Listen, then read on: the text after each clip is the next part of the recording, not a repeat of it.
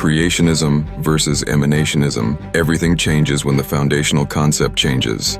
Creationism and emanationism produce two entirely different visions of God, humanity, and reality.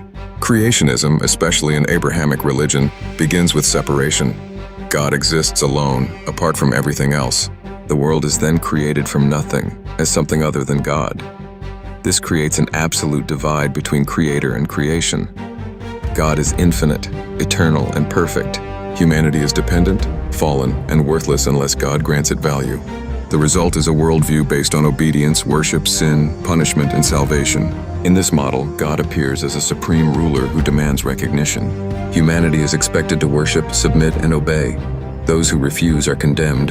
Hell becomes the great contradiction. A God of love creates a realm of eternal hate. Free will is praised in theory, but punished when it leads away from the divine command. Creationism therefore produces a theology of distance, fear, and control. The story of Eden can be read as the central myth of this worldview. Humanity begins in obedience, innocent and naked before God. Then the serpent appears and offers knowledge. You shall be like gods, knowing good and evil. Now, in this interpretation, the serpent is not merely a tempter, but an awakener.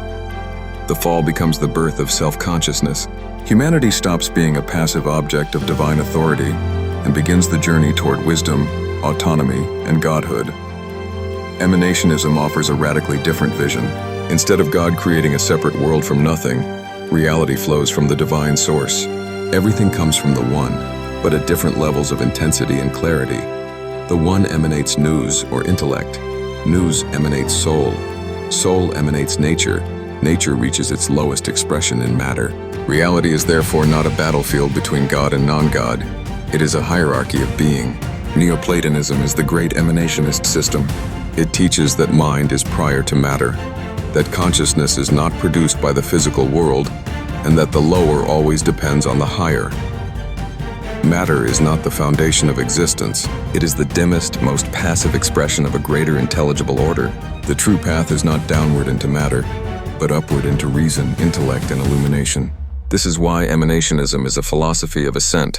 It does not say that humanity is worthless before God. It says that humanity participates in the divine and must awaken to higher levels of reality. The goal is not worshipful submission, but return, the soul turning back toward its source. Creationism says, God is separate and you must obey. Emanationism says, all things flow from the divine and you must rise. One worldview looks downward into fear, guilt, and matter. The other looks upward toward mind, unity, and the One. Its command is simple: look up.